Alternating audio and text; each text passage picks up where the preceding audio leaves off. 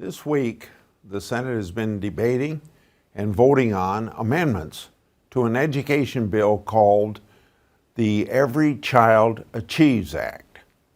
The federal government has had a history of intervening in local schools since the original Elementary and Secondary Education Act was passed in 1965. With every reauthorization of this law, the federal government has accrued more and more control. However, with this bill that we're currently debating for the first time, we're pulling back the reins on the federal intervention. This is a step in the right direction. One-size-fits-all policy doesn't work. What works in New York City or Chicago may not work in Iowa.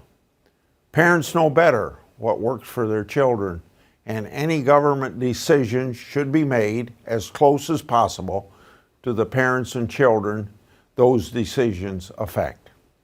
This bill will give parents and locally elected education leaders more of an opportunity to tailor educational programs to the needs of their community.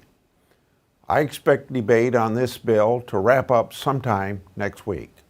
The bill isn't perfect, but it's a move in the right direction. There is no reason to think that so-called experts in Washington know better than parents and teachers.